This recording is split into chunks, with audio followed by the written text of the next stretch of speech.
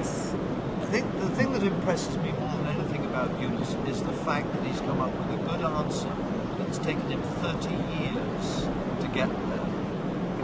This is not an answer that came from spending 2 weeks in a village. It's something that's been a learning process for a very, very long time. Yeah.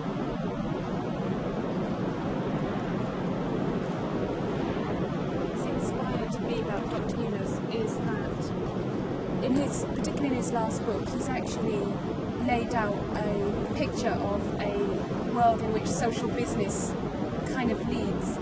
And the thing is, his picture has the chance to really have impact in a way that, well, perhaps more so than other people's pictures because of what he's done.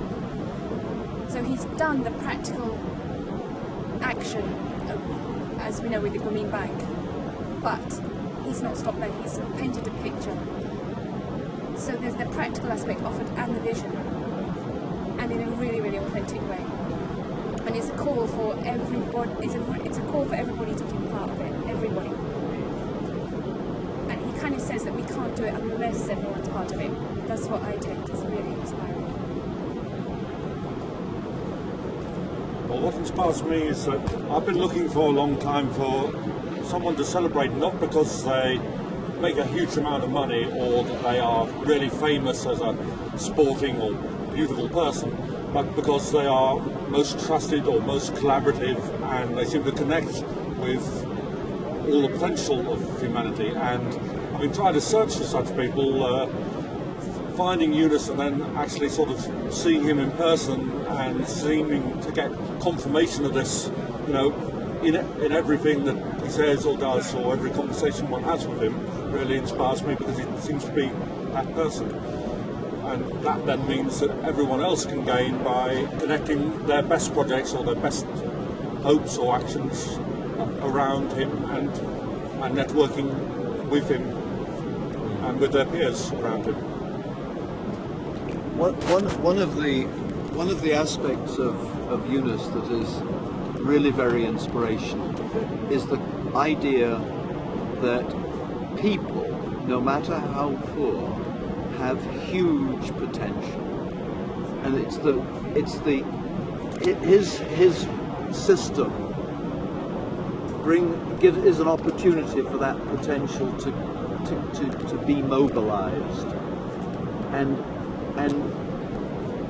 be, you know, value adding it, you know, at the individual level, at the community level, and not be merely something for, you know, the profit maximizing community.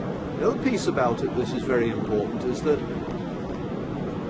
he's not knocking down what is. He's merely saying there's a huge piece that is missing. Why don't we just add it in?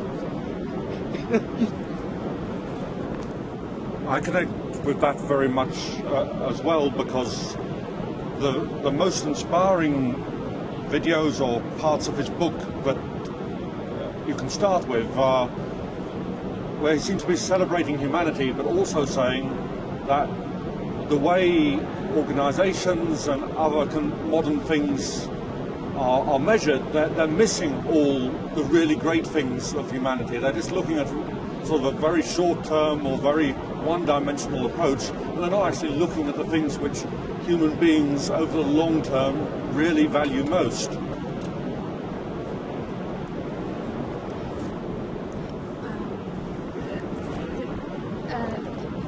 Professor Yunus really goes all the way in.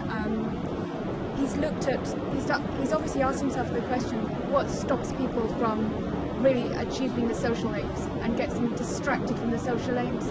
And he's nailed it in a way down to where there are things that are going to distract them, like the demanding profit line that just does distract people. He said it, and it's as simple as that. It's as simple as that. If you have that as the first priority, even if you say it's equal to the other two priorities, basically that's what will get done, the profit, and the others will be distracted from. So, yeah. So the next question is, what are we going to do? Yes. And I know what I want to do. That doesn't mean I'm going to do it, because I probably can't do it. But the idea that we've got to have measurements that make sense, rather than measurements that are just spinning information in a manner that is self-serving. There is a need for a total system of performance metrics for the social business. Ones that on one side look at metrics that on the one side look at cost, on the other side look at value, social value, and that is not an easy thing to do, but it's got there's a perfectly feasible way of doing it if we start to listen to what communities are looking to do, what people are looking to do, and it will evolve into a complete system very quickly if we start to actually do it, rather than merely to do it as a sort of an academic exercise. That's what I'm going to try and do. I'm going to see that.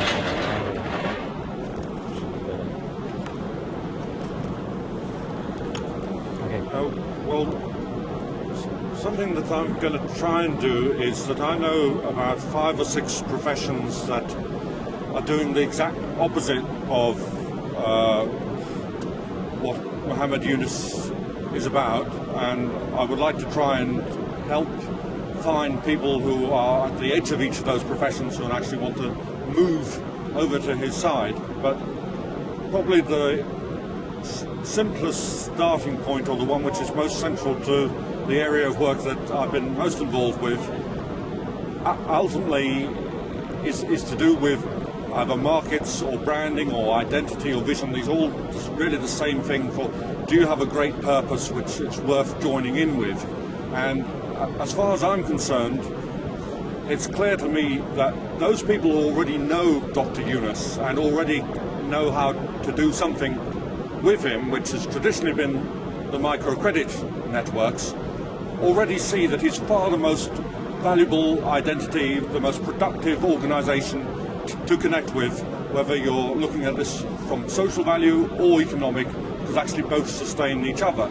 And if we could just move the awareness so that everyone felt that the things that they most wanted to do could be connected with Dr. Yunus, so that he was sort of more famous than Coca-Cola, but for the right sort of reasons, because, you know, everything you most humanly wanted to do, you found, was supported by people who either were close to him or believed in him as well. Then we could essentially have the world's favourite brand being the most valuable brand, and being the one which enables the kind of change around the world which would make us all much more human in every different way that we might want to define that.